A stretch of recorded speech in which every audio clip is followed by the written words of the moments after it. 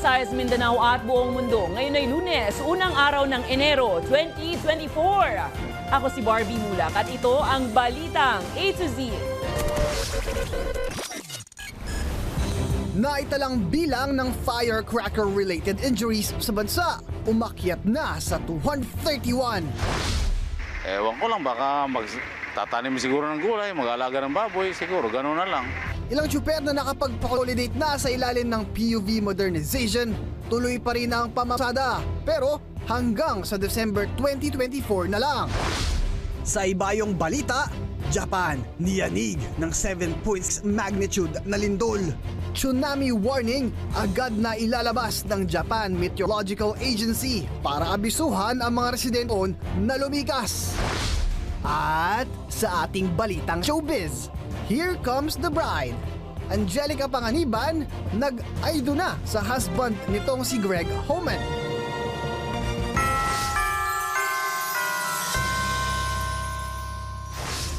Magandang gabi. Pabungad sa ating newscast ngayong bagong taon. Pumalo na sa lagpas 200 ang bilang ng mga naputukan pagsalubong ng 2024. Ang pinakabata, isang 11-month-old na sanggol. Kaya naman umapela ang Department of Health sa iba pang government agencies para sa mas mahigpit na polisiya kontra iligal na paputok. May balitang A to Z si Ace Cruz. Kalunos-lunos ang itsura ng 11-month-old na baby na ito matapos na mabiktima ng iligal na paputok na piccolo. Lapnos ang bahagi ng mata ng bata makarang madamay lang ng paputok na sinindihan ng iba. 76 years old naman ang pinakamatandang biktima ng paputok matapos sa sindihan ang kuwitis sa kanilang bahay sa Ilocos Region. Ilan sila sa dahilan kung bakit pumalo na sa lagpas 200 ang bilang ng mga naputukan sa bansa.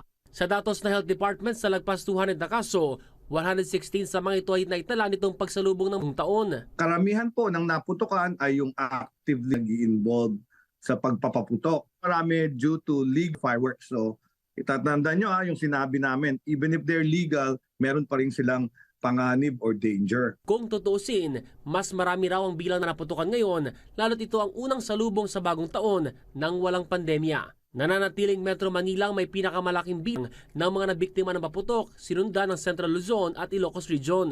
Naka-injure ng mga paputok, in the ending order, Quitis ang number 1, 5-star, illegal po yun, Boga, illegal po yun, Piccolo, illegal din po yun, Whistleback, Plapla, illegal din po yun, Luces, Fountain, Triangle at yan ang mga nag-cause ng fireworks. Naitala rin ang 3 na-amputate o naputulan ng bahagi ng katawan dahil sa paputok habang may natila ring nasawi dahil sa ligaw na bala. Dahil dito, muling nanawagan ng DOH sa mas mahigpit na polisiya kontra sa paputok. Pumapasok yung mga batas natin. Nakita nyo yung listahan ng mga paputok na naka-injure ay illegal pa rin. So ibig sabihin nun na nabibili pa rin ng ating kababayan. Hindi na Department of Health ang makapagsugpo niyan, ang ating kapulisan at ang ating mga lokal na opisyal. Kailangan mahinto yung pagbenta ng mga illegal na paputok at paggamit ng illegal na homemade. Yung Boga kasi homemade, hindi naman binibenta yon. So dapat pagbawal yon. Habang asahan daw ayon sa DOH na mas taas pa ang bilang ng mga nabiktima ng paputok. Samantala sa assessment ng PNP, naging mapayapa sa kahalatan ang pagsalubong sa bagong taon. Para sa Balitang A to Z, Ace Cruz. Nabalot ng smog ang ilang lugar sa Metro Manila at Calabarzon matapos ang pagsalubong ng bagong taon.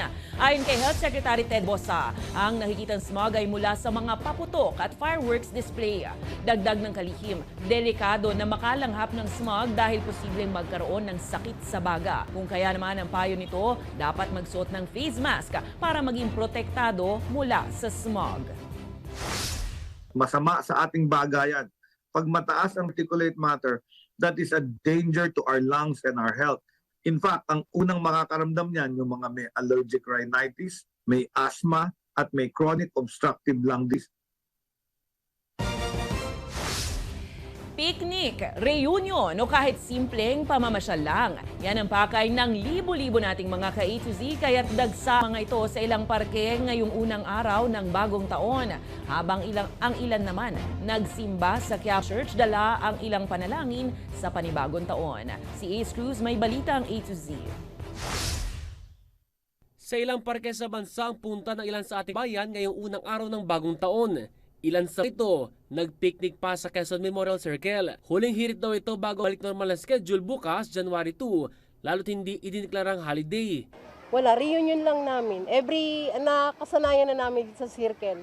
Every January 1, dito kami nagkikita-kita. Dito kasi nafe-feel mo yung bonding ng family para paglaro yung mga bata at the same time. Tapos nagkita ulit kami ng nanay ko for 1 year na hindi kami nagkita. Ngayon lang din ulit. Di hamak na mas matipid daw sa gastusin dito sa mga parke kumpara sa malls. Sa datos ng QMC, umabot sa halos 24,000 na nagpunta sa parke ngayong unang araw ng taon. Bukod dito, dagsari ng tao sa Luneta Park sa Maynila dala ang kanya-kanyang ngayong bagong palit ng taon. Dito sa bansa natin, parang ano na lang ba, yung paghilom ba? Kasi baging maayos na 2024. Kasi Ay, yung healthy, yung walang magkasakit, ganun po. Tapos yung lahat po, nung saya po sila. Ayon sa National Parks Development Committee, inaasahan itong malalagpasan ang nagtalang record ng mga pumunta kahapon sa parke na lagpas 100,000. lang po, alagaan natin ng Rizal Park. So, nakikita nyo po, kahit na po 100,000 po ang pumunta ating park, ay kinabukasan po ay malinis pa rin. So, syempre, tulong-tulong din po tayo. Habang ang karamihan ay nasa mga parke sa bansa, ang Pamilya Lim, Mulongga po bumiyahe pa Quiapo Church. Hiling ng pamilya, gumaling na sana ang anak sa iniindang bukol nito sa hila. Po ng pag-asa na gumaling po siya. Kaya po nanalangin kami sa Poong Nazareno. Lahat ng kahilingan natin, lalo-lalo na yung hinihiling natin na sa buong taon, yun ang dapat mauna, yung nalangin natin, pananampalataya natin sa Panginoon. Ilan lamang sila sa mga deboto ng Nazareno na dumayo pa Quiapo para gunitain ang unang araw ng bagong taon na ayon sa pagtataya ng Plaza Miranda PCP ay aabot ang kabuang bilang ng 10,000. Kasi puno yung loob, ang capacity ng loob is 1,200. Tapos yung Plaza Miranda mismo natin, 1,200. Pero yung sa Carriedo. So more or less as 3,000 early. Sa mga susunod na araw, inaasahan na mas kakapal pa mga magpupuntang deboto lalo't nalalapit na ang pista ng Nazareno sa January 9. Bagay na pinaghahandaan na ng pulisya at pamunan ng simbahan, lalo't ito ang muling pagdaraos ng traslasyon matapos na matigil dahil sa pandemya. Katuwang natin yung mga IOS. Sila yung nandun sa mismong bibig ng Puerto Mayor, yung pagpasok ng simbahan. Tapos one entrance lang tayo dito sa Plaza Miranda, tapos exit natin is yung Plaza San Juan Bautista at saka Quezon Boulevard. Kaya nga handa namin kung paano namin may sasahay sa posisyon. Kasi una, 3 taon tayo ng posisyon, diba? Sa isang taon, 2 beses, wala pa siya. Tapos biglang nawala, siyempre magkakaroon. Hindi ba ang daming niya ng mga tao? Para sa Balitang A to Z, Ace Cruz.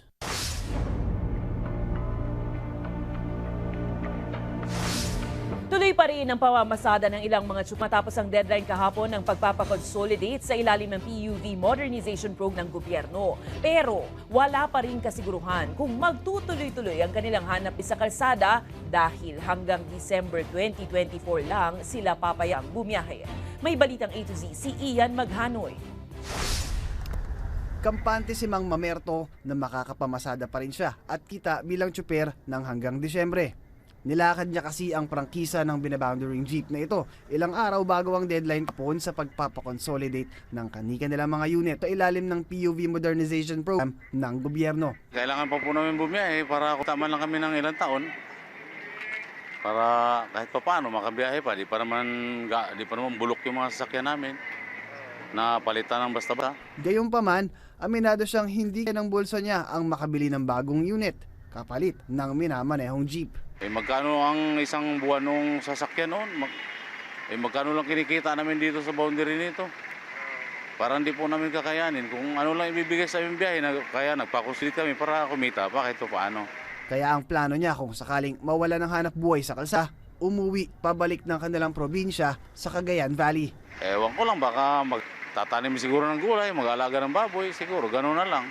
Ganito rin ang sentimiento ng mga PUV operators, kaya sila mismo sa kanilang kooperatiba nagpa-consolidate rin. Pag ang jeep hindi na pinakanabangan, pati driver wala nang pakinabang. Magugutom, maraming magugutom. Unang-una ang tatamaan dyan, mananakay. Di ba? Sa dami niya, nako, ewan ko lang. Pinipilit nila yung modernization, okay yun. Pero pag 1,400, 1.8 na, paano babayaran? Made in China pa. ang China puro keteponi. Di ba? Ang mga pasahero hindi rin maiwasang mag-alala na baka mawala na sila ng masasakyang jeep sa mga susunod na buwan. Nangangamba po, syempre. Kasi as a commuter po, parang mahirap po sa amin. Nasanay po kami na jeep lang po yung sinasakyan since nung nag-Maynila. So parang ang hirap. Okay lang kung may sarili kayong sasakyan, mas okay. Pero kung nag-commute kayo, mas mapapatagal yung biyahe. Baka mag-ano na lang ho kami. Mag-grab. Ganon. Base sa pinakabagong datos ng LTFRB nitong Nobyembre, 56.7% ng mga tsuper sa buong Pilipinas ang nagpa-consolidate na. Nasa 100% na ang Soc-Sargen. Sila nito ng Calabarzon na nasa 91.33%, habang pinakamababa naman ang Metro Manila sa 26%. Tuloy-tuloy naman na bumibiyahe yung ating mga membro dahil nga kaugnay nga dito sa binigay na 1 month na extension. At hindi rin malinaw, hindi rin klaro itong extension na to. Dahil may sinasabi ang LTFRB kung nakapag-comply ng 60% yung isang ruta ay hindi napapayagan yung mga traditional logistically. Pero kay sa ating mga datos ay walang mga ruta dito sa NCR o sa buong bansa umabot ng 60% na nakapag-comply. Para sa Balitang A to Z, Ian Maghanoy.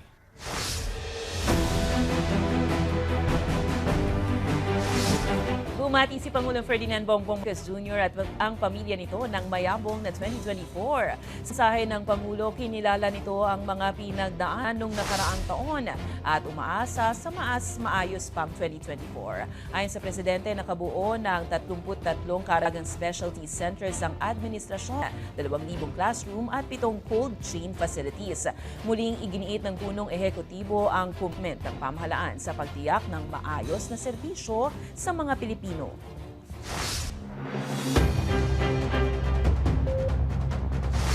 Good news para sa mga motorista, magkaroon ng bawas presyo sa petrolyo ngayong unang linggo ng taon. Batay sa inilabas na abiso ng oil companies, aabot sa 10 sentimos ang tapya sa kada litro ng gasolina, 35 centavos naman sa kada litro ng diesel at 1 peso and 40 centavos sa kada litro ng kerosene. Ito ang kauna-unahang bawas presyo sa produktong petrolyo ngayong 2024. Sa kaugnay na balita para naman sa mga mahiling magluto at may negosyo ng pagkain, magkakaroon po ng taas presyo sa liquefied petroleum gas o LPG ngayong unang linggo ng 2024. Batay sa inilabas na abiso ng Petron, naabot sa 3 pesos and 40 centavos kada kilo o mahigit 37 pesos kada 11 kilogram na tangke ang dagdag presyo sa LPG. Tataas din presyo ng Sulane LPG sa 3 pesos and 45 centavos kada kilo o mahigit 37 pesos kada 11 kilogram na tangke. Isinapubliko na ng Pag-asa ang listahan ng pangalan ng mga bagyo na inasahang papasok sa bansa ngayong 2024. Ayon sa Weather Bureau, nasa 25 pangalan ng tropical cyclones ang nakahanda sa kanilang listahan. Ang ilan dito ay Agpon, Butsoy, Karina, Dindo, Enteng, Ferdy, Hener, Helen, Me at Julian. Dagdag ng Pag-asa, nasa 20 bagyo lang ang madalas na pumapasok sa Pilipinas. Sunod sa ibang balita, Japan niyanig ng 7.6 na lindol. Tsunami warning agad na ipinalabas. At sa ating balitang A to Z Sports, pambansang Manny Pacquiao at world rival nitong si Floyd Mayweather. May rematch? Abangan ang kumpletong ulat sa pagbabalik ng balitang A to Z.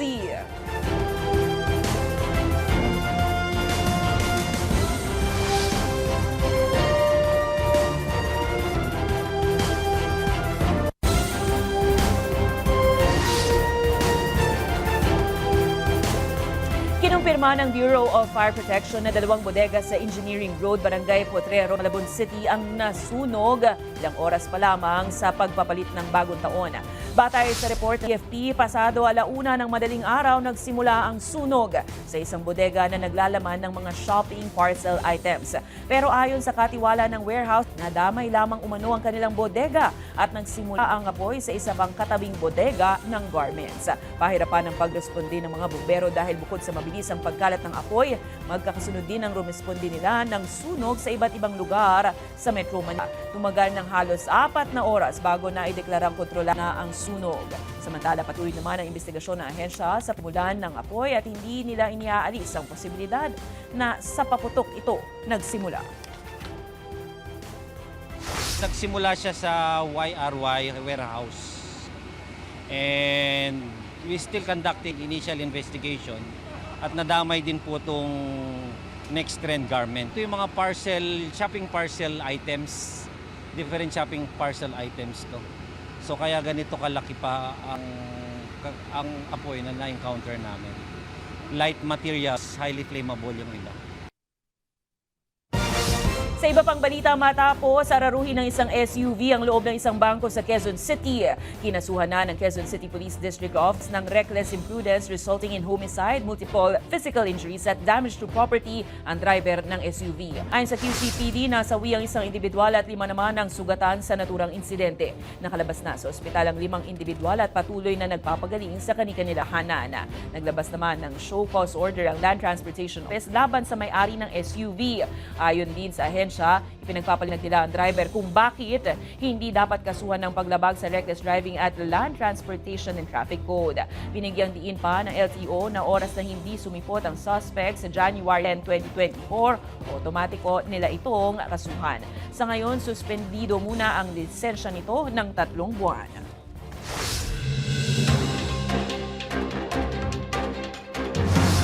Pinaiimbestigahan na ng MMDA ang pagkakakilanlan ng tauhan ng umano'y nakasagasa sa 2 individual sa EDSA busway. Ayon kay MMDA Chairman Romando Artes, tatanggalin na sa serbisyo ang nasabing traffic enforcer.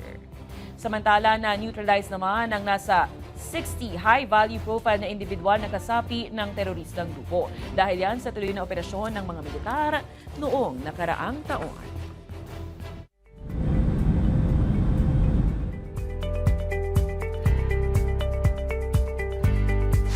Sa pagpasok ng taon, sinalubong ng magnitude 7.6 na lindol Japan. Naramdaman ang pagyanig sa Ishikawa sa sentro ng Japan. Naglabas na rin ng tsunami warning ang Japan Meteorological Agency sa lugar at inabisuhan ng mga residente doon na lumikas.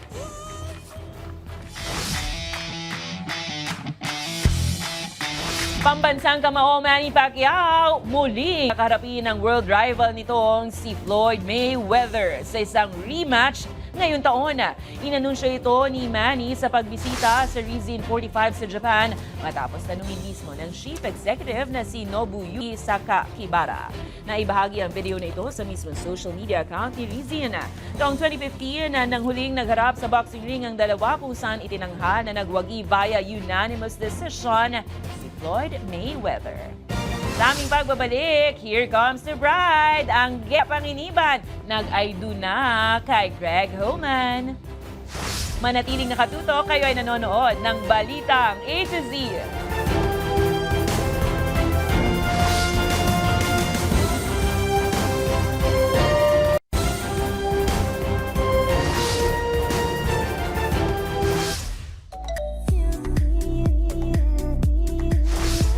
Patuloy na nalig at maniniwala sa pag-ibig. Yan ang mga katagang isinulat ni Angelica Panganiban matapos ang pakikipag-isang dibdib sa ngayoy asawa na si Greg Homan. Ikinasal ang dalawa December 31 bago matapos ang taong 2023 na naging makahulugan naman kay Angelica ay mas lalong naging maligaya ang pagpasok ng taong 2024 sa buhay nito. Bagamat hindi ipinabatid ang lugar kung saan naganap ang kasal, may mga larawan nito kasama ang mga kaibigang sina Kim Chiu at Bella Padilla isang araw bago ang wedding day sa Los Angeles.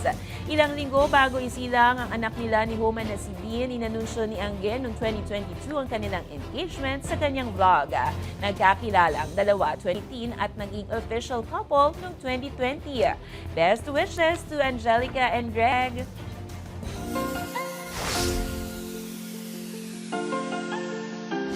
Umakyat na nga sa higit 200 ang bilang ng firework-related injuries, kaya naman ang ilan dahil hindi mapigilan ng sarili na magpapatok sa bisperas ng bagong taon, doble ang ginagawang pag-iingat. Narito at panoorin.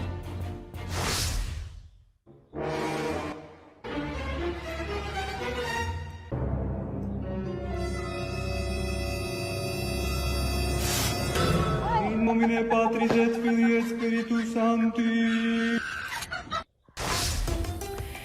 Kung kaya may kwentong kakaimawang kwento ng pag-ibig o storya ng inspirasyon at pag-asa, maaari niyo itong ibahagi. Sumali sa ating Facebook group na Balitang A to Z. Panoorin replay ng ating programa at sundan ng ating social media pages. Hanapin ang Balita A to Z.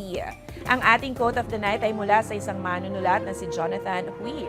Ayon sa kanya, ipagdiwang ang bawat katapusan dahil kasunod nito ang bagong umpisa. At yan ang mga balita at impormasyon, mga kwentong may dalang inspirasyon na tinutukan ng Balitang A to Z. Ako si Barbie Bula. Maging maalam, makialam. Magandang gabi sa iyo, Pilipinas, and Happy New Year!